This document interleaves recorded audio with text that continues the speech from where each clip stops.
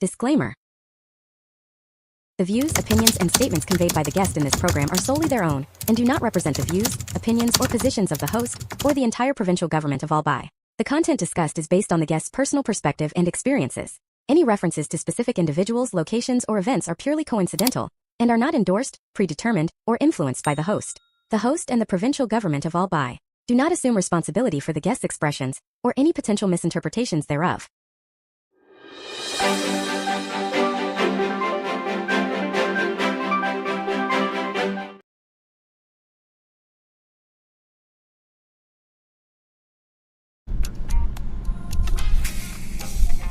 It's a beautiful Wednesday morning. Good morning po sa inyong lahat. And welcome to the 154th episode of the Ledipo Business Hour Negosyo Tayo program. We are broadcasting live here po sa Albay PIO Net TV. And today is May 13, 2026. And as promised po, meron kaming makakasamang isang business owner na magkukwento ng kanyang journey sa pagninegosyo.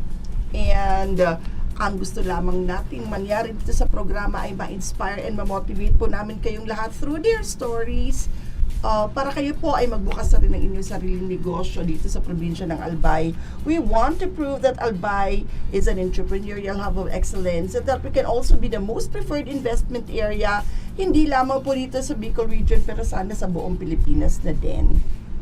And this is being brought to you by the provincial government of Albay through the leadership of our Governor Noel Irosal, and we are being helped and supported by the Albay Provincial Information Office headed by Sir Marty Gonzalez. Kasama natin dito sa studio si Sir Richard Bobis, si Nance and si Nef, ang aking staff sa Ledipo, and I'm Ms. Jaymee Florence Estrada Ribaya, your local economic development and investment promotions officer of the province of Albay, and we're here to help business owners to have a platform kung saan libre nilang pwedeng i-promote ang kanilang mga negosyo.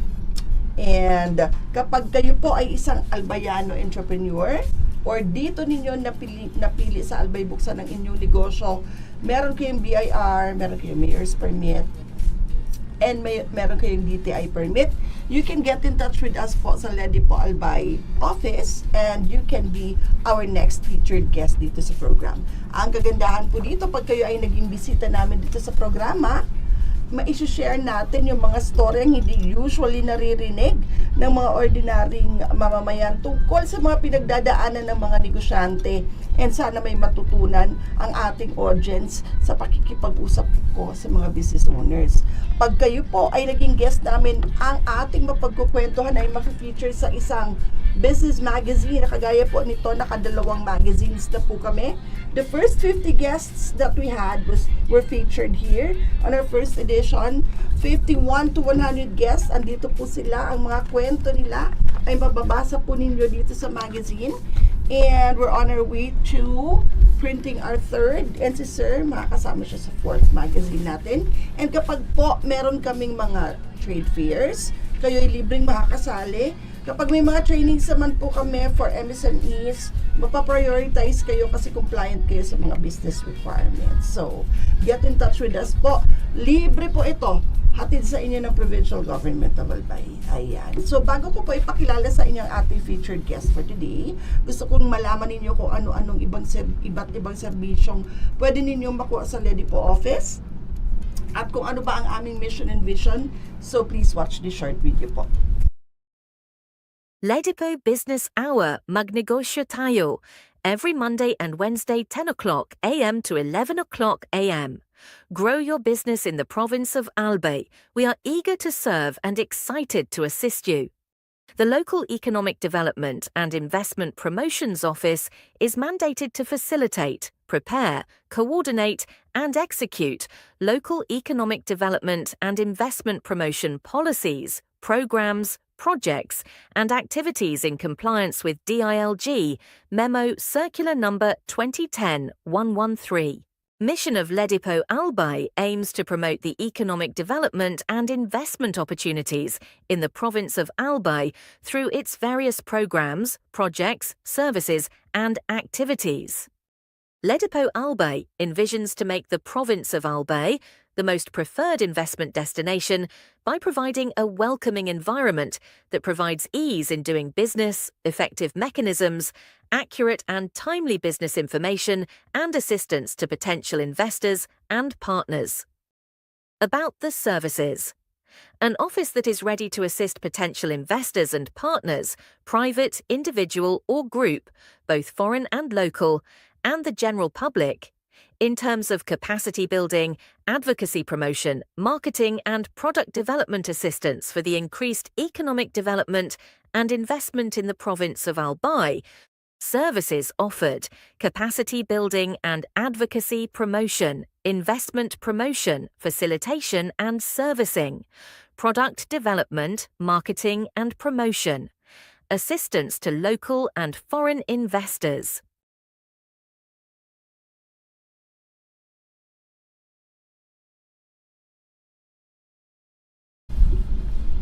And we're back po muli isang magandang Wednesday morning sa inyong lahat. And welcome to the 154th episode of the Ledipo Business Hour Magnegosyo Tayo program. As promised po, ipapakilala ko na sa inyo ang ating special guest for today dito sa programa. Siya po ay walang iba kundi ang may-ari ng Maki's Ice. Friends, join me in welcoming Sir Mykl Angelo Vitangcol. Good morning and welcome to the program po. Good morning. Thank you for having me. It's very blessed to be part of this. Yeah, thank you for having me. You're welcome po. It's our pleasure to help yung mga kagaya po ninyo ng mga Albayano business owners. Or are you originally from Albay po, sir? No, I was from Manila originally, and then I moved overseas for a couple bit for finish college, and then I met my now beautiful wife. And then Is here with us Yes, in the studio, yes. Ma'am Cristel Vitangcol. So who's from Albay? her.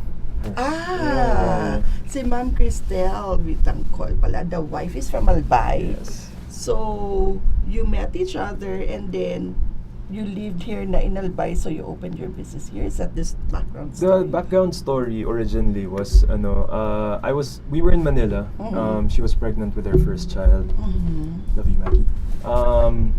And then we were thinking of ways on how to, get money and Yeah. all that. I was originally working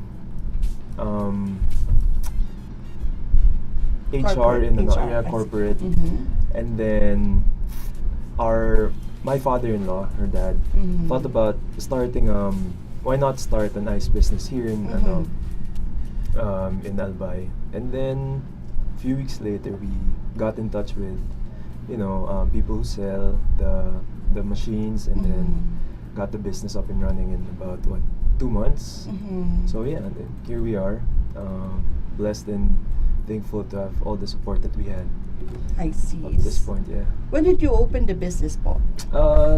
It started operating middle of October. October. Yeah. So wala pang 1 year. Wala pa. I see. Yeah. And why ice business? I think the best in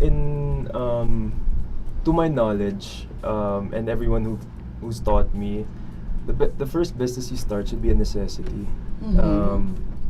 People need ice. Philippines is hot. It's a very hot country. Even if it's cold and it's raining, people still want ice.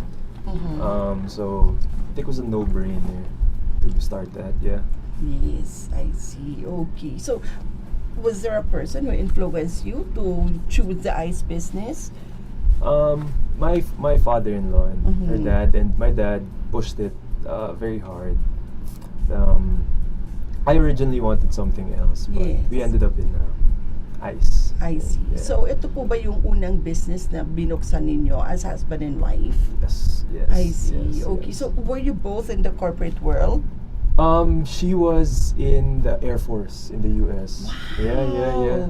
Tingnan mo, parang fragile. Ang ganda-ganda ni Yeah, Ma'am, yeah. ano? Pero US Air Force, Oh, yeah. ang galing naman ni Ma'am. Ayan. Yeah. So, why did you think about, putting up your business here in Albay?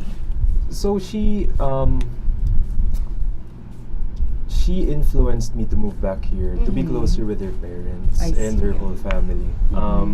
She moved back from the States, I think 2022, and then 23, sorry. And then and then we met, and then she got pregnant. So we had to stay in Manila longer. And then we had a conversation one night, and then she was asking me if she wanted to, if it was okay for me to move here. And I talked to my dad. He said, move there and then start a business. Yes. Here we are. I see. Yeah. So, is this the only business that you have here in Albay now? As of now, yeah. Take it one step at a time. I see. Yeah. Okay. So, from October, I'm thinking of doing this business too, and don't worry, we'll not be competitors because I plan to do it in Ligao, so far from here. Yeah. But one thing that I consider is the price of the machine. It's a little expensive, no? Yeah. So, how about your machine? How much did you? What was the price of the machine that you bought? What was the price? 3.2 million. 3.2 Yes. million. Ang mahal pala talaga. Very. Oo, mahal ang machine. Sa totoo lang. Kasi I consider having this, like, the same kind of business also. Kasi syempre, we have to have extra income while we're working sa government. Pero yun nga, mahal yung machine. So, mahal pala talaga din yung nabili yung, siguro malaki. It's super big. Yeah, it can supply a fair amount for a 24-hour. How many kilos can it produce in 24 hours? Give or take, what, 5,000? Wow! Yeah. Ang laki. Malaking machine. And if you have a big machine like this, you also need freezers. Yes. Tama? Yes. So, okay, let's talk about the capital. Like, let's give them an idea. Those people who would also want to enter this kind of business, how much po yung initial capital? Or, can you answer the question, if I have a smaller capital, like, around how much do I need para ma-start yung business na ganito? Okay, so my wife and I, we researched before we bought everything. So you have 1, 2, 3, 4, 5 ton and then 10 ton machines are up for grabs. If I'm not mistaken, 1 ton is around what, less than $1 million or at $1 million. I see. But you can also consider ice cubes. Ice cube machines at 500 kilograms is what, 400, 500,000. Yun, meron ng mga ganon. Yeah. Pero it's still hundreds of thousands. It is. Oh, malaki talaga yung capital. Yeah. So you chose the 5 ton, which is 5,000 kilos. Yeah. 5,000 kilos. So, malaking capital, malaki din ang papasok na pera kasi marami yung napoproduce na ice. Yes, hopefully. I see. Okay. So, sa takbo ng business, like, how long bago mo ka makapag ROI? Projected ROI was 7.5 years. Based on our market projection, I think, what, 5.5, doable if we sustain this. I see. Yeah. O pag masipag mag-promote at masipag maghanap ng mga bibili. Yeah. So, masusshorten ng 5 years. Pero dun sa 5 years na yon, aside from, of course, maraming kailangan pang bayaran, di ba? Like yung tao, yung mga gamit, and then, ano pa nga ba? Electricity. Yes. Sa electricity naman, how much per month po ang bill natin? Laki? Sobrang laki? If I'm not mistaken, it can go upwards 100,000. Oh, Yeah. Mahal pala ang kuryente sa ganitong negosyo. Yeah. Oh my God. So, think twice tayo kung ice business ang papasukin natin. Pero, marami din kasi yung napoproduce na ice in 24 hours. Yes, correct. So, marami kang pwedeng isupply. No? And your ice, is it purified, distilled? Ano po ba Purified. Yeah. Purified. Yes, purified. 22 stages. 22 Yes. stages of, ano yung tawag dyan? Purification, Purification yes. process. Yung process, 22 Yeah. stages. Wow. So, siguradong malinis yung yelo. And isa yun sa mga kinukonsider ng Yes. mga bumibili ng ice. Malinis ba yung yelo? Kasi syempre like me, yung mga anak ko, meron silang cafe, di ba? Pag yung cafe may naglumutang-lutang dyan na kung anong foreign na pwedeng masisa sa ice. And so it's important for us na malinis talaga yung coffee.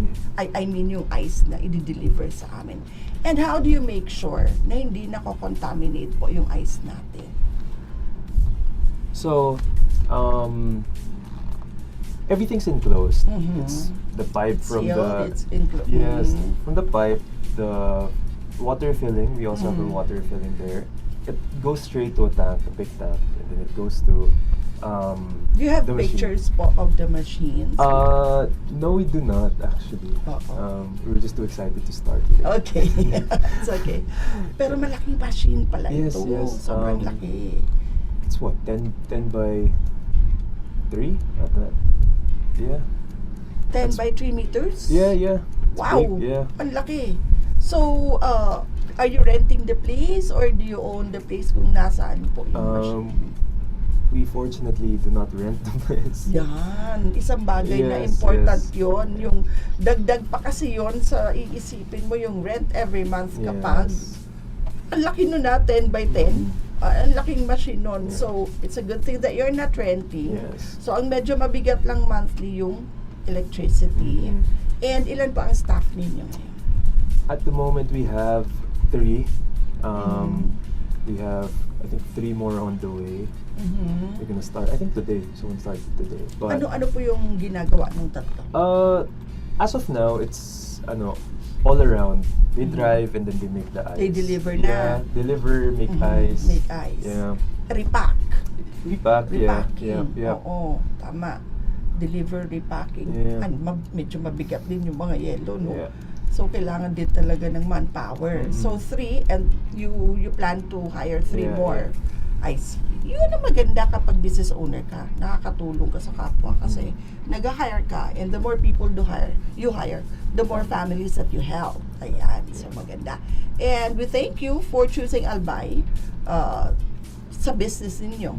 So, ano naman po sir masasabi mo sa mga customers or consumers ng Albay? Was it a good decision to put up your business here? It is, honestly.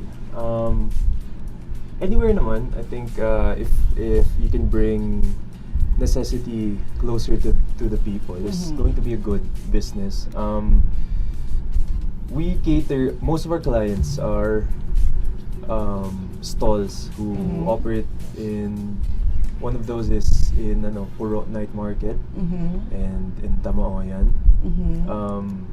They're smaller stalls and they our price isn't as expensive as the other, I think, if I'm not mistaken. It can cater to them. So we try to cut our costs so we can keep catering to them and to other businesses that need ice. So yeah, I mean, it's good we're doing this and you're able to help not just like you said, our employees, but also people who want to start their small businesses in the future. Hopefully, it gets bigger. Yes. Yeah. Like I have mentioned, for people who owns a cafe, they really need a clean ice for their business. Talagang importante yon. So, nagsulputan ng iba't ibang cafe dito, nagsulputan ng iba't ibang negosyo na kailangan ng ice. And you're correct when you said that in order for your business to grow, in order for your business to succeed, meron dapat need na susolusyonan yung iyong negosyo. So, ice is really ang masasabi nating super kailangan na ng mga tao dito sa Albay. Ayan. So, sir, tell me, you mentioned that you did some research before you opened the business. So, ano po yung mga things na kinonsider niyo muna before finally deciding na, okay, this is the business that I'm gonna put up? Wala, actually, we were set from day one. As soon as we had a chat about it, we were like, ice. We're like, yes, ice. Move to Bicol. Be with your family. Everything just, I think it was meant to be. We wanted to put our our son in a slower environment for him to grow up. Fast-paced kasi sa Manila. Yeah. Traffic, Yeah. ang daming tao. Oh, okay. So parang slower pero Yes. okay naman. So is the ice business doing good po ba? Masasabi niyo po bang ganon sa ngayon? It's good. It's good. It could be better, as any business would say.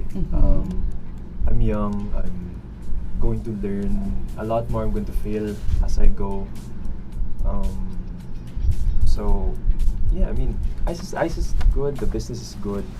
Okay. Hopefully, I that's get nice. Was better it at it. challenging for you bilang, if someone is from Albay, it would be easy to sell the business because a lot of friends, you have families here. So how challenging is it for you na you're not from Albay and you're introducing your business to Albayanos? That's where I credit all of my success to, is my employees and my wife, my family here. They're the ones who, word of mouth, and also some social media traction. I see. That's how you guys found out about me, apparently. Pero all credit goes to my employees talaga. Without them, I don't think we'd still be operating talaga. And your name is Mykl. Yes. So Maki is My kid's name. I Our see, son's name, your yeah. son's name. So Maki is such a cute Yes. name. Ayan. So si Maki pala ang kanilang anak. How young is he po? Just turned 1. 1 year old. I see. Cute naman. Ang anak siguro nito ni Sir. Ipinangalan sa kanya ang business. So is he your inspiration in all this? Yes. Yeah. My whole family is my inspiration. I don't want to fail in it because I want them, I want them to have a better life. And ang dami ng yelo, no? Yeah. Saan niyo po ini-stock yung yelo after malagay sa supot na ganyan? So, like you said earlier, when you have an ice machine. you also need a cold storage. Yes. How big? Oh, it can fit what?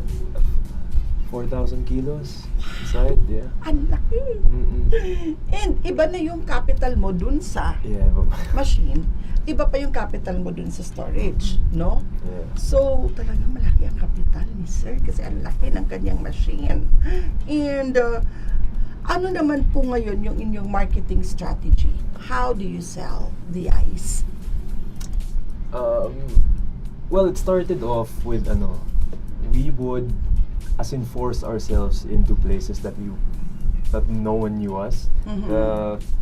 Like I said, the night market that we go to in Buro, no one knew us. There were other competitors there, but we just kept penetrating. Every day in, day out, we just go there until we managed Give them to a price yeah, list, a flyer Yeah. siguro, ganon, and then let we were them always on decide. time. Yeah.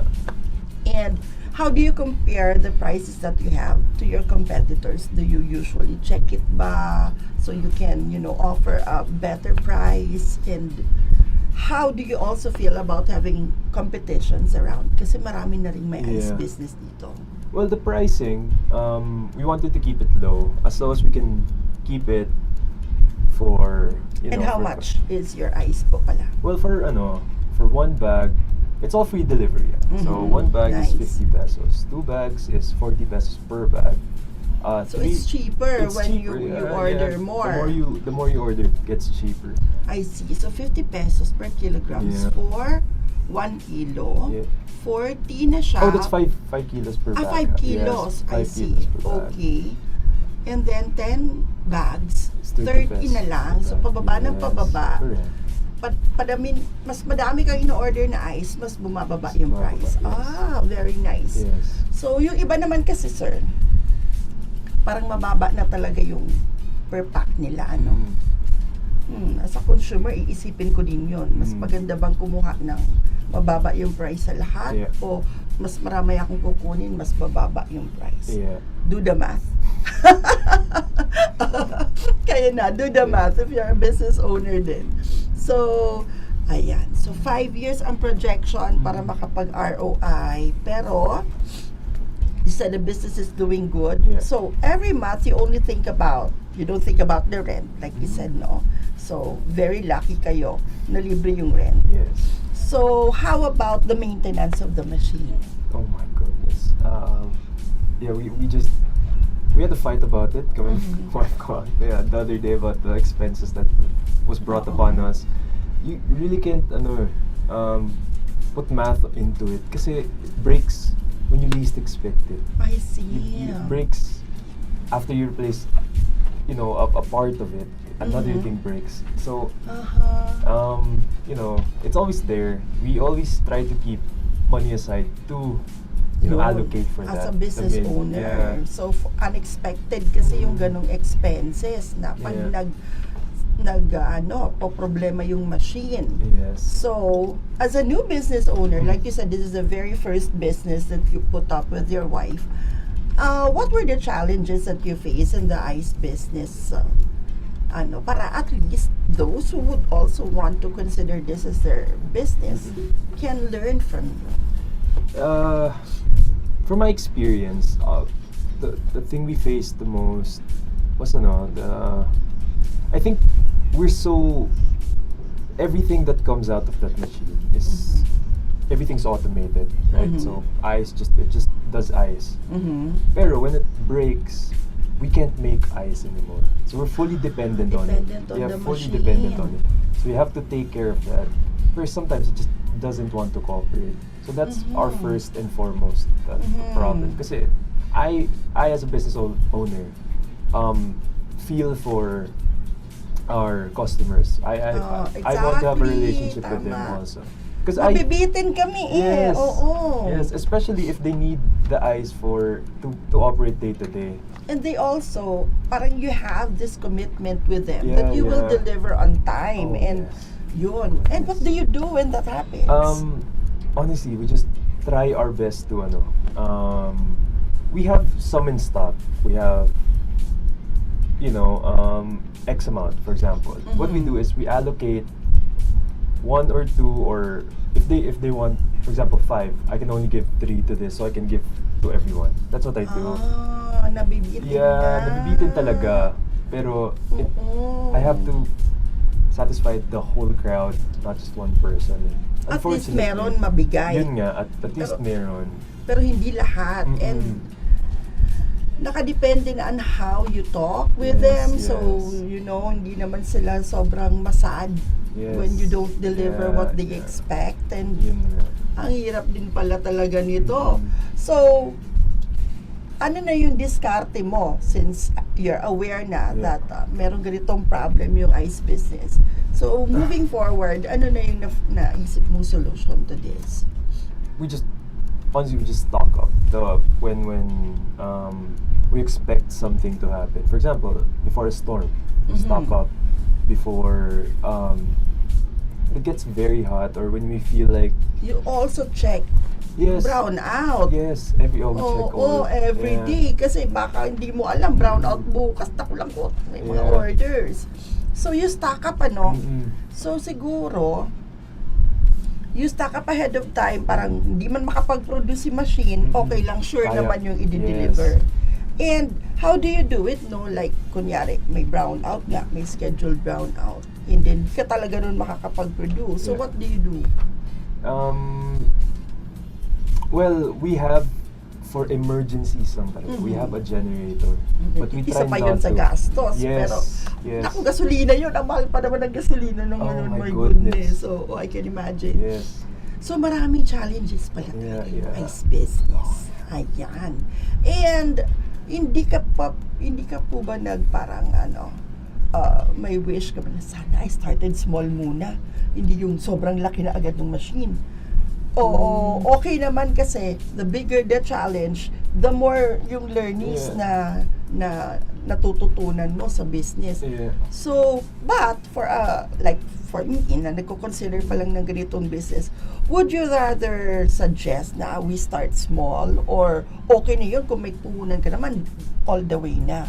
It's really up to you. How you see the business and how you want the business to thrive. Kasi ako and my wife and my whole family, we like the go big or go home I see. mentality kami minsan talaga. So, go big or go home. yeah. Diba? So, we wanted to, start relatively big na because we saw how fast it could grow. Projections, we saw how fast it could grow. If we stuck at the smaller machine, this is our capacity compared to if we started big. This is our capacity. At least I can have this. If I can't get here, at least I have this already. Unless if I start here, I can only have this talaga. Yun lang talaga. Yeah. And pareho naman siguro yung ma-encounter na problem ng small and big machine, no? Yeah, So tama, sabi ni Sir, might as well go big or go home. Ayan. If you have the resources and the capital, ano. So, ayan. So you're learning every day, what are the other things that you learn pala sa pagninegosyo na hindi mo alam dati? There's so much happening behind closed doors that people don't see. Exactly. When you see the business, kasi when you see ice, it's easier than running a sari-sari store, honestly. Kasi sari-sari store, you have what? 1,000 products. Items. You have to stock variety, inventory. Yes. Ice is just ice. And then, how many stock do I have of ice? That's it. And then I Yun can lang. there. Yun lang talaga. Hindi na yung kulang ng mantika, kulang ng...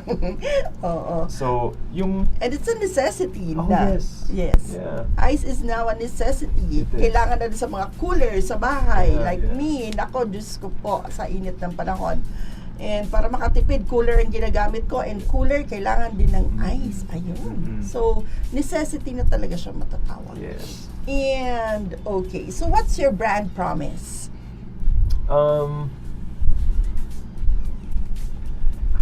Aside from the 22 processes na pinagdadaanan para ma-purify talaga, ano pa yung promise? Okay, let's say, malinis. What else?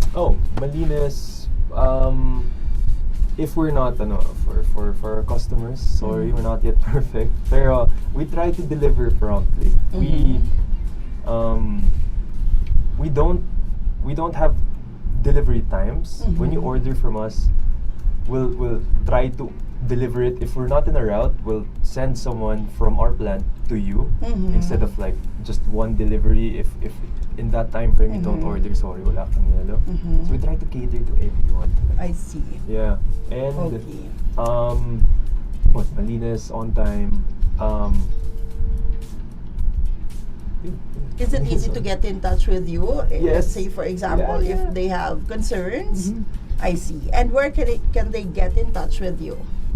We have a business phone number. It's on our what do you call that? Cover photo. And we also have a Facebook, Maki Size. Maki Size. Yes. Okay. Yes. Maki, M-A-K-I. Yes, apostrophe S. Apostrophe S, Ice. Ayan. So, they have a Facebook page. Do you have Instagram? Or else can they see you? No, not yet. Not yet. Yeah, Okay. yeah. So, yon. Malinis. They try to deliver on time. Madaling makausap. Sina Sir Mykl and Ma'am Cristel Vitangkol. And yon. So, maraming challenges ang ICE. Pero sabi nga ni Sir, ayan. Maging masipag lang, maghanap ng mga customers and clients. Just do your best. And how else do you sell or market pala aside from face-to-face and doing the flyering? What else do you do? Honestly, just taking advantage of the 21st century. It's using Meta, Facebook, social media marketing. Social media very marketing. important, honestly. It gets to the people we can't reach face-to-face. Sa mga smaller barangays, may mga fiesta that actually ask us to go to their barangays. Pero it's hard to get there. So you can't really meet them face to face. Yes. You really need social media for that. Social media. Yeah, very important. And do you also always, check on big events? Like, yung mga food parks na, do you also go to food parks? Yeah. How far ba yung mga customers and clients na na-contact mo na? Actually, Or are you just focused on dito lang sa Legazpi? So we have Legazpi, Daraga, and Kamalik. We've delivered to Ginubatan, all the way to, I think we got to Ligao before, but it was after a storm. They needed ice and water there, so we trekked there. But as of now, we're still trying to perfect a small scale, so when we're bigger, it's not as hard. Kasi we're still a young company. Do you have a truck na? A big truck? Wala pa. Okay. No, I-manifest na natin Yeah, yan. Na magkaroon na rin ng big truck si Sir para magbayan-bayan na sila, di ba? Makarating na ng Ligaw everyday doon sa cafe namin. Ayan. So, who knows, right? So, tingnan natin. Yeah. Pag naman nakapag-ROI na si Sir doon sa machine, next na yon, di ba, Sir? Yung mga trucks, yung mga mas malaking storage. Siyempre, mas malaking storage, mas kakampante si Sir. Kasi, mag-brown out man dyan, meron na akong produce na ice na ready for sale. Oo nga, no, malaking storage din ang kailangan dito. Ayan, so malinis na mga ices din na, Sir. And then, they try to deliver on time. And then, madali silang makontakt sa Facebook. May contact number sila, 0917-807-1253. Or you can also send them an email. And yun, para sa mga may coffee shops, para sa may mga drinks, yung mga halo-halo na nauuso ngayon, huwag na kayo magtipid sa ice. Mas maganda na sigurado kayo sa linis ng ice. And ang yellow ni na, Sir, 22 daw ang processes na dinadaanan bago maging yellow. So, purified siya. And, hotels. How about hotels? Meron na po ba kayong client na hotels? We were blessed, I think, a couple months ago with Oriental. Nice. Yeah. And their sister hotel, which is Proxy. Yeah. Ayun. Yeah. So far, yun lang. Kasi sila yung mga may buffet and may buffet services sila. So marami po ng tao and kailangan nila ng yellow. Also Hotel Areca. So, Areca. Nice. Ang galing. So yun. Sipagan pa lang, Sir, sa introduce ng product natin, no? So, do face-to-face, Facebook marketing, mali yung mag-TikTok na din si Sir, pasukin na rin yung ibang mga apps sa face ng social media para lang mas pumatok pa yung business. Now, who knows, you might hire, di ba? Mga kabataan na wala namang masyadong ginagawa dyan na magagaling sa paggawa ng reels. You know, so your wife might know someone. My wife is that.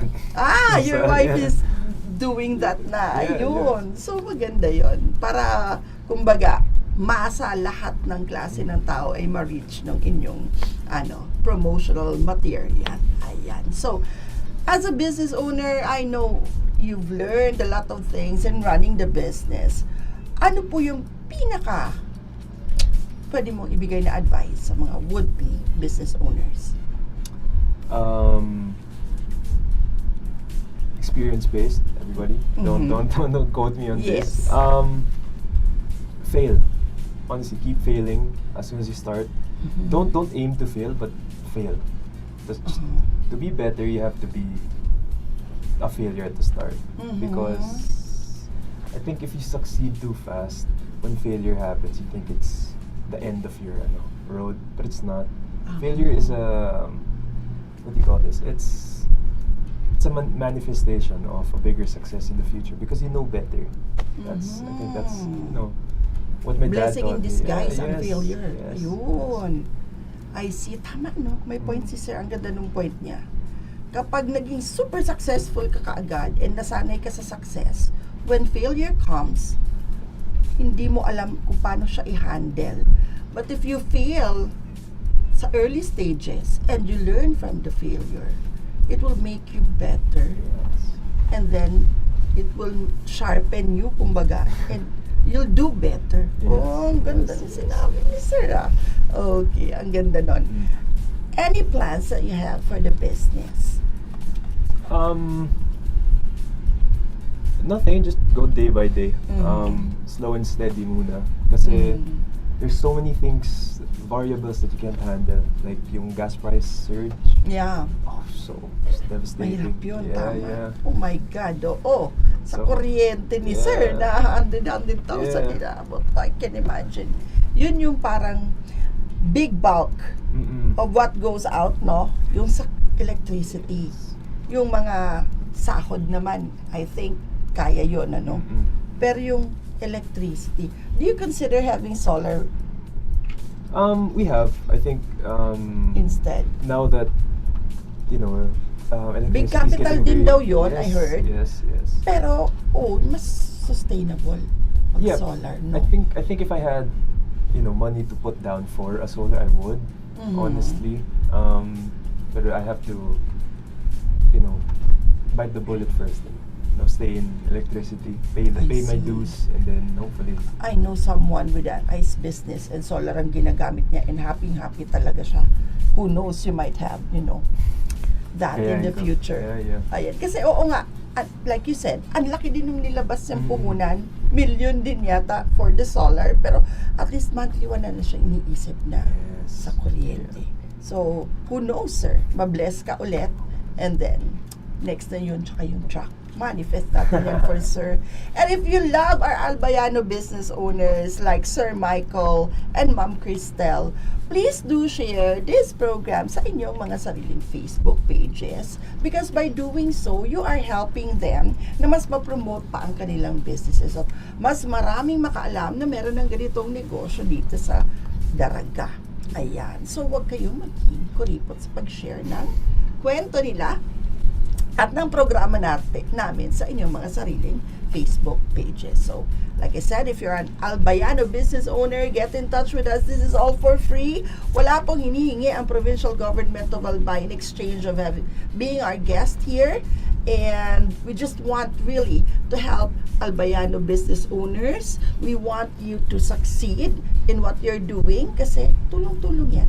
The more businesses na mag-open, mas maraming pamilyang may employ, mas gaganda ang ating ekonomiya dito sa Albay. Ayan. So maraming mga challenges itong ice business ni Sir Mykl. Happy naman siya sa takbo ng negosyo. And for sure, he's learning. And we're very, very happy that you also shared with us yung mga learnings nyo po as a business owner dito sa aming programa. And we really hope for your success. And yun nga, i-help natin, mahalin natin ang mga Albayano business owners, i-promote po natin sila, i-share natin itong programa sa mga Facebook pages. And yun nga, if you're an Albayano business owner, get in touch with us and we'll do the same for you. We want your stories to be heard. We want to inspire people through your stories. Successful business owner man kayo or struggling or kung ano, just get in touch with us. We'll talk about it and we'll share your story and you may be featured next dito po sa Ledipo Business Hour. So, sir, promote mo na ng todo ang iyong negosyo. Maki size. Buy some ice. Would deliver it swiftly, I think. Hopefully. But yeah, Maki size. Yeah, Delivered Maki's yes. Ice, malinis. Delivered on time. Ayan, sabi ni Sir. Ayan. So, thank you so Thank you much so much. for giving us your time. I know you're very busy, both of you are. But you're here with us today to share your story. So, we're very thankful. So, in behalf of the Provincial Government of Albay, through the leadership of our Governor Noel Irosal and the Albay Provincial Information Office who helps us, Sir Marty Gonzalez and Sir Richard Bobbies, my staff from Ledipo, Miss Nance, Miss Mary Grace, na i-congratulate natin dahil siya ay nakapasa. Isa na siyang licensed professional teacher. Ayan, si Miss Mary Grace Garcia, we're very proud of her. And si Miss Net. Ayan, so this is your host for today, Miss Jaymee Florence Estrada Ribaya, the Local Economic Development and Investment Promotions Office, saying thank you for watching, and we hope to see you again on Wednesday for another business story here at the Ledipo Business Hour Magnegosyo Tayo program. Enjoy the rest of the week po. Bye-bye!